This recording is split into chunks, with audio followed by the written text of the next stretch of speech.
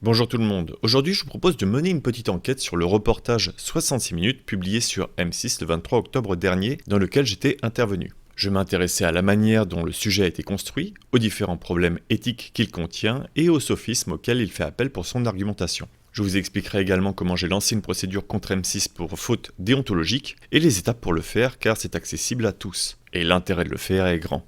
Et enfin, je reviendrai sur le tournage effectué avec Antoine Rouet, le réalisateur de ce sujet, pour vous montrer la différence entre ce qui a été tourné en coulisses et ce qui a été conservé. Avant de commencer cette vidéo, je tiens à remercier toutes les personnes qui soutiennent financièrement le travail que j'effectue sur cette chaîne. Vous pourrez les retrouver au générique de cette vidéo. Ça me permet de créer du contenu sans avoir à le sponsoriser à chaque fois par des marques. Donc un grand merci à vous et merci également aux personnes qui s'abonnent. Ça permet également de soutenir mon travail. Avant de commencer cette analyse, je tiens à apporter une précision. Je fais ce travail de la manière la plus objective possible. Je n'ai pas d'animosité contre le journaliste. Le tournage s'est bien passé. Je ne connais pas non plus sa marge de manœuvre étant donné qu'il reste prestataire de M6. Je vous demanderai donc de garder ça en tête. Et si vous faites des attaques, ça sera contre le média M6 et pas des attaques personnelles contre cette personne. Merci pour votre compréhension. J'ai ajouté les extraits en bas à droite, sinon le bot YouTube bloque la vidéo. Vous pourrez retrouver l'extrait complet de 66 minutes en description de la vidéo. Je vous souhaite un bon visionnage.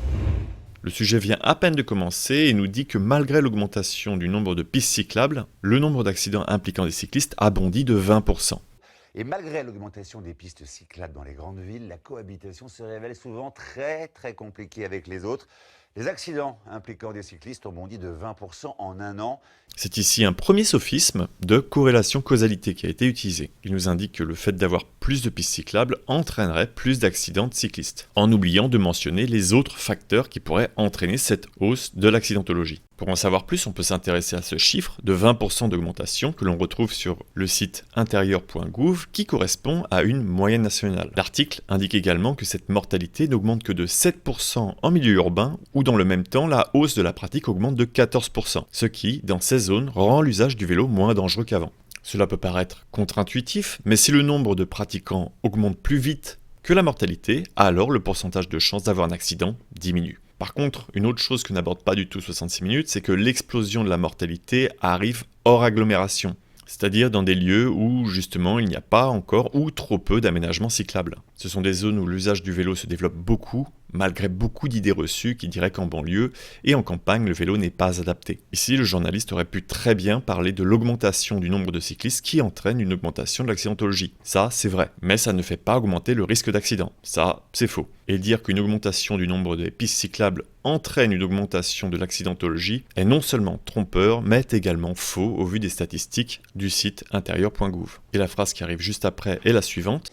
Entre automobilistes et cyclistes, eh bien, le torchon brûle et chacun se renvoie les torts. Alors, à qui la faute? Ici, c'est un autre sophisme. Oui, vous en verrez beaucoup dans ce documentaire. C'est le sophisme du faux dilemme. Ici, il n'y a que deux solutions. Soit c'est le cycliste qui est en faute, soit c'est l'automobiliste qui est responsable du problème. Et vous verrez que ça a son importance, je le développerai dans la conclusion de cette vidéo. Après avoir posé cette question de à qui la faute, on présente un cycliste, Thomas, dans le rôle du cycliste totalement indéfendable, en faisant appel ici encore à un sophisme nommé l'empoisonnement du puits ou ad personam.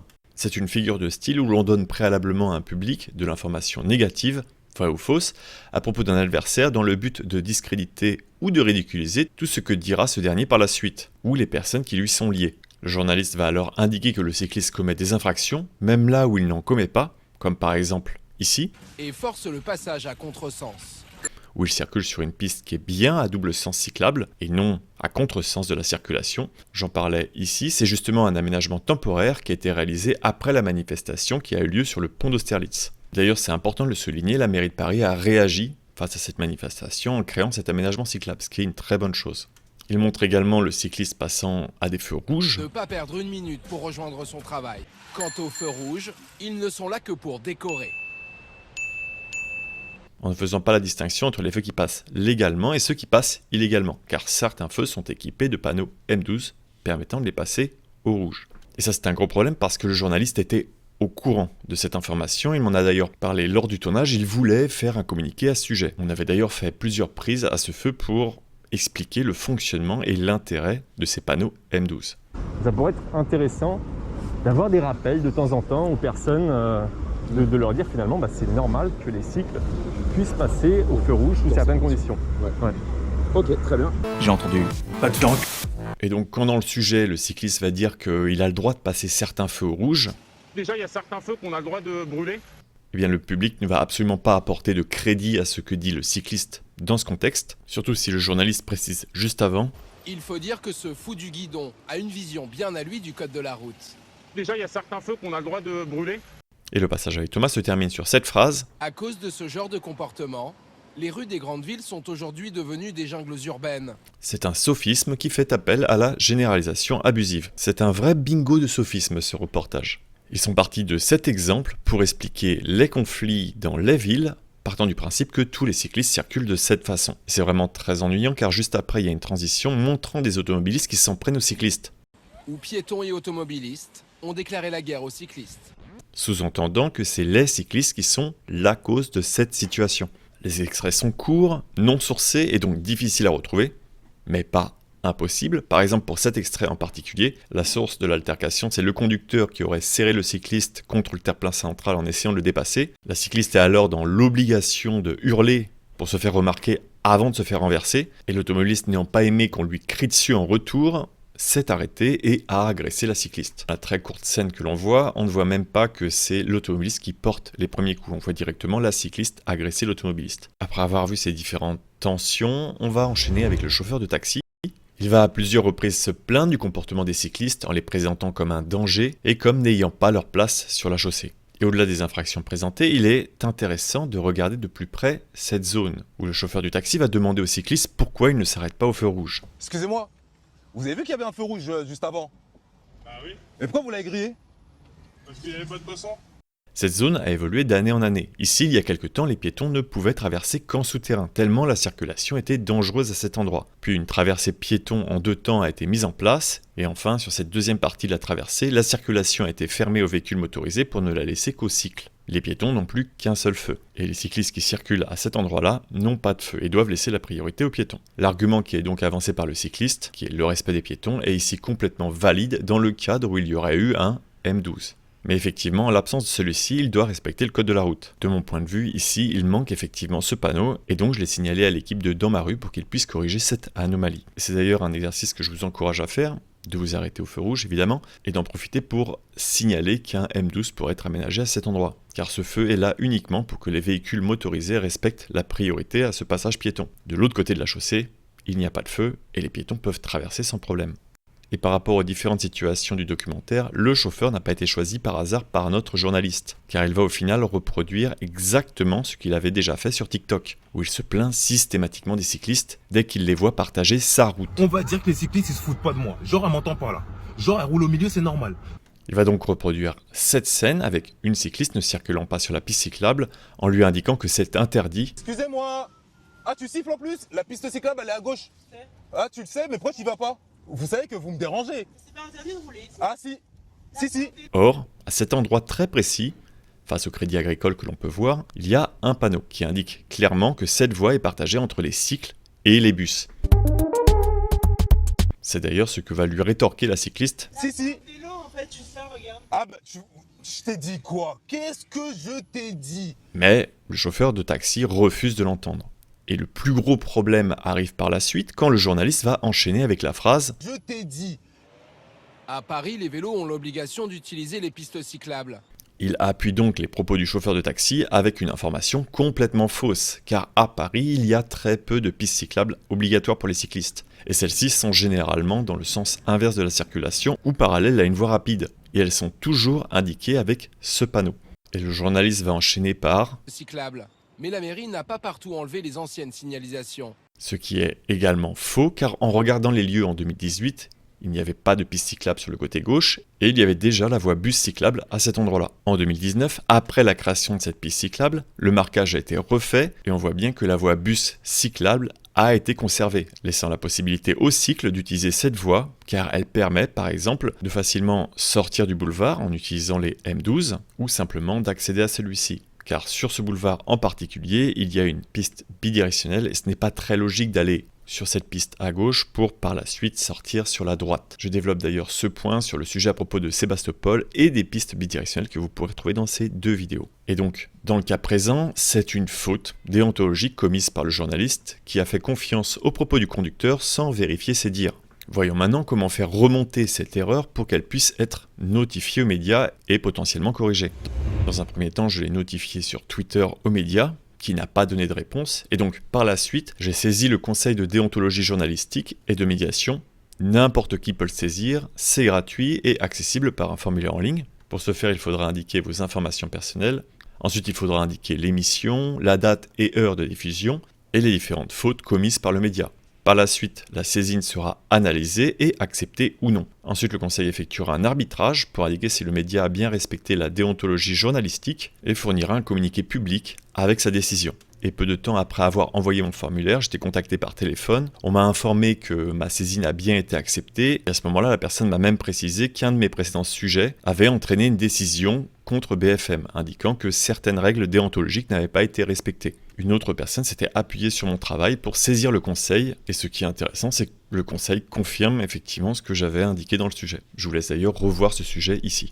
Cette procédure prend environ 2 mois et notifiera le média pour faire une modification ou un communiqué. C'est une association qui a pour but d'améliorer la confiance des spectateurs envers les médias et qui permet au public de faire vérifier la déontologie journalistique et les propos tenus. Et l'ensemble de ces décisions rendues par le CDJM sont rendues publiques et permettent donc de savoir si les signalements sont fondés ou non. Bon, maintenant que cette parenthèse est faite, et je mettrai d'ailleurs en description de la vidéo cet arbitrage de la CDJM, on retourne sur notre chauffeur qui dit que les routes ne sont pas un jeu.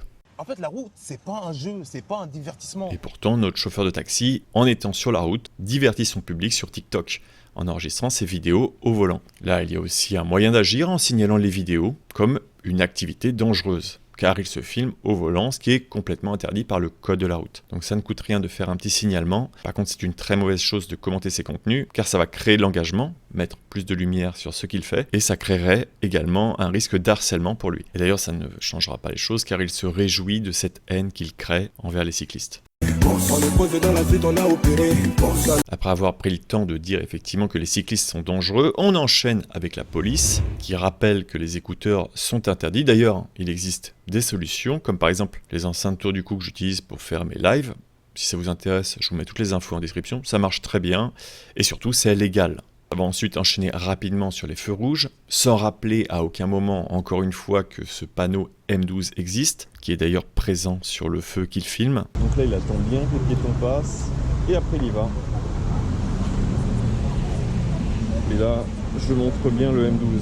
Ici, en particulier, le cycle pouvait donc passer en toute légalité, mais le journaliste a préféré indiquer le contraire. Et à Paris, l'infraction préférée des cyclistes, c'est de passer au feu rouge. Enchaîne ensuite sur moi en indiquant que le problème, selon moi, viendrait des aménagements urbains mal aménagés et ne permettrait pas une bonne cohabitation entre les usagers de la route. Il a minutieusement conservé les moments où je dis que circuler en vélo c'est dangereux, en très peu de temps, on m'entend le dire 2 fois de suite, alors qu'on a discuté pendant plus de 3 heures, en présentant justement les mauvais aménagements. C'est l'endroit où on était au début pour présenter ce qu'il y a de pire dans Paris, donc forcément il y a des problèmes, mais par contre on ne voit absolument pas les bons aménagements que je lui ai présenté par la suite. Par exemple sur l'avenue de la République où je lui avais expliqué l'intérêt d'un tel aménagement et où j'avais réalisé cette vidéo, une piste cyclable parfaite, dans laquelle il fait une apparition. Oh merde! Oh, c'est con ça! Il ne fait donc pas sa part d'objectivité ici en ne présentant que ce qu'il a envie de présenter et pas ce que j'avais à dire. Après, ce point-là n'est pas condamnable car c'est la ligne éditoriale et un journaliste peut dire tout ce qu'il souhaite dans la limite de la vérité. Ça présente ensuite les images de mon accident. En ne respectant pas le droit d'auteur, il floute mon logo et n'indique pas l'origine des sources. D'ailleurs, la scène n'apporte aucune valeur à l'original, car le journaliste va faire que répéter finalement ce que je dis. Il va même faire une erreur en présentant le contenu, car il dit que j'allais au travail alors que ce n'était pas le cas, j'étais en direct sur Twitch au moment des images. Altis a été victime d'une spectaculaire agression qu'il a filmée alors qu'il se rendait au travail. Et c'est d'ailleurs en grande partie pour cela que les images se sont retrouvées en ligne, car c'était du direct. Et donc je n'avais pas la main sur la médiatisation de ces images. C'est également pour ça que j'ai souhaité faire une vidéo YouTube pour pouvoir contrôler finalement ces images, pour ne pas qu'on les réutilise n'importe comment. Ça m'a d'ailleurs permis de modérer des médias qui ont utilisé ces images pour prôner une haine raciale. Suite à cette agression, le journaliste va ensuite expliquer ce comportement comme une exaspération et un stress lié à la conduite. Ce phénomène de violence incontrôlée, c'est ce que l'on appelle le road rage, la rage au volant. Un sentiment de colère et de frustration causé par le stress de la conduite. Ce qui n'est dans le cas présent absolument pas vrai, car le chauffeur cherchait à échapper à sa responsabilité. Rien ne peut expliquer un tel excès de violence. Et tenter de le justifier en disant que c'est dû au stress, c'est vraiment très hasardeux, surtout quand cette analyse n'est basée sur aucune étude. Cela ne fait au final que conforter ceux qui s'énervent au volant. Ça serait une chose qui est normale. Et ça, c'est un problème. C'est une position qui a un nom, c'est la fenêtre d'Overton, qui est aussi connue comme la fenêtre de discours, et cela a pour but de faire changer de position l'opinion publique envers un sujet d'actualité. Ici, le journaliste nous explique que c'est normal de s'énerver, alors qu'il aurait dû rappeler la radicalité de la chose pour éviter de déplacer cette fenêtre. Et d'après toi, pourquoi elle a pété un câble, cette personne-là? Parce que c'est déjà une personne à problème. Ça aurait été un autre automobiliste, ça ne serait pas arrivé. C'est la première fois que ça m'arrive, en réalisant des milliers de kilomètres chaque année, plus de 3000 km à vélo chaque année. J'ai jamais eu ce type de problème. Ce grain de folie, c'est parce qu'il y a des antécédents sur la personne. C'est vraiment pas une personne lambda qui va se mettre à péter un plomb juste comme ça pour rien. Rappelez également que ce type de comportement est condamnable par la justice. Ne pas juste laisser l'intervenant en parler, car le journaliste est également là pour indiquer qu'une chose est vraie ou fausse. Un intervenant peut dire ce qu'il veut, il peut même dire des choses fausses, mais le journaliste doit toujours être là pour contrôler ce qui est dit. Et le fait de partager ces scènes d'accidents violentes contribue également à cette vision du fait que le vélo est dangereux, et qu'il y a des tensions sur la route contribuant à normaliser encore plus les prochaines scènes violentes. Et d'ailleurs, à ce propos, il n'existe pas de statistiques permettant de savoir s'il y a une hausse des agressions routières ou non. C'est une donnée qui n'existe pas. Cette donnée n'est pas différenciable des autres types d'agressions. Et donc, il n'est pas possible de conclure que les agressions de la route augmentent. Par contre, il y a de plus en plus d'images violentes de ce que l'on voit sur la route. Pour une raison simple, de plus en plus d'usagers enregistrent leur trajet et donc mettent en image ce qui avant n'était que des simples témoignages, en faisant des contenus beaucoup plus viraux et beaucoup plus partagés qu'avant. Par rapport à ce problème, aucune solution n'a été abordée, pas même celle que j'avais dit lors de l'interview, car j'explique bien que c'est le manque d'aménagement qui a conduit à cette situation. Est-ce que tu peux me reparler de la vidéo, me dire où c'était d'ailleurs, parce que je n'ai pas vu, c'était à Paris. Donc c'est arrivé au niveau des maréchaux et c'est arrivé justement à un endroit où la piste cyclable n'est pas protégée, où il n'y a pas d'aménagement cyclable. Et c'est justement parce que cet aménagement a permis cette situation qu'elle est arrivée. S'il y avait une piste cyclable comme ici, avec une voie sécurisée, ça ne serait probablement pas arrivé. C'est aussi pour ça qu'il est important de mettre en avant les aménagements cyclables pour éviter que ces situations arrivent. J'ai entendu. Pas de faire. Enfin, pour le dernier sujet, on part à Strasbourg, présenté comme l'Eldorado du vélo. Et là, vous vous rappelez le dilemme présenté en début de vidéo? Eh bien ici, il n'y a plus d'automobilistes, uniquement des cyclistes et des piétons. Le problème ne peut donc être plus que focalisé sur les cyclistes. C'est finalement la réponse apportée par ce documentaire, qui se termine de cette façon. Or, ce n'est pas le message de l'association Piéton 67 qui est présent dans ce reportage et qui est justement pour la réalisation d'aménagements qui viendront apaiser les relations entre les cyclistes et les piétons. Mais on ne peut pas retirer de cette équation les véhicules motorisés, car par exemple, sur l'année 2018, sur 470 accidents mortels, 3 sont dus aux cyclistes, le reste est dû aux véhicules motorisés. En conclusion, la construction de ce sujet est bancale et rejette la responsabilité sur les cyclistes, mais ne cherche pas la cause réelle du problème. À chaque fois, les sophismes sont utilisés pour guider la réflexion vers cette direction en particulier. Les aménagements cyclables seraient la cause de tous ces maux. C'est un petit peu la conclusion que l'on a à la fin de ce reportage, et c'est vraiment très dommage, car c'est finalement tout l'inverse. Ces aménagements sont là pour apaiser l'espace urbain, diminuer la vitesse des véhicules motorisés, diminuer les risques d'accidents, car en permettant à chaque type d'usager d'avoir son espace, aux véhicules motorisés, aux cyclistes, aux piétons,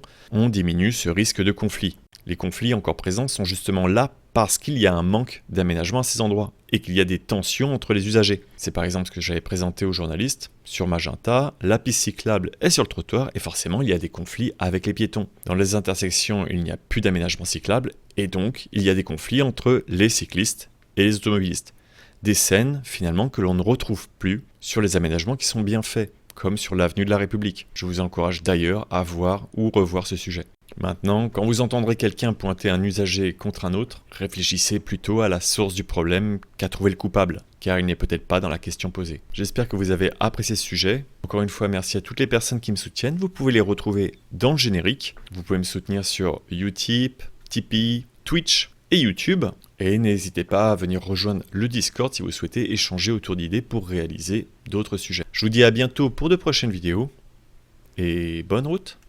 Donc là on arrive sur l'avenue de la République, ce nouvel aménagement cyclable, où la piste cyclable n'est pas obligatoire. Non. C'est-à-dire que la piste cyclable ici n'est pas obligatoire. On peut l'utiliser si on le souhaite. Et si on ne le souhaite pas, on peut très bien circuler là si on a envie. Ensuite au niveau des feux, on a ces fameux panneaux M12, les triangles. On pourra s'arrêter tout à l'heure pour les voir. Voilà. Ici on voit la largeur qui est de 2,50 m. Donc une grande piste cyclable, c'est vraiment très agréable. On peut circuler à deux et avoir suffisamment d'espace. On peut voir qu'au niveau des intersections, il n'y a pas de feu, mais il y a ces différents angles qui permettent de sortir les cyclistes de l'angle mort. Ici, je me décale pour pouvoir éviter de me retrouver dans un espace où le conducteur ne pourrait pas me voir. Là, sur ce feu-là en particulier, dès que les piétons ont fini de traverser, donc là je vais attendre que les piétons finissent de traverser, je vais pouvoir m'engager parce qu'il y a un triangle. Et ce triangle, ça s'appelle un M12. Si la flèche est dans le même sens dans lequel je veux aller, ben, j'ai le droit de continuer, même si le feu est rouge, comme maintenant. Seulement s'il n'y a pas de... Oh pardon. Ben, là le feu piéton était au rouge, donc pas de problème. Alors, on va la refaire peut-être.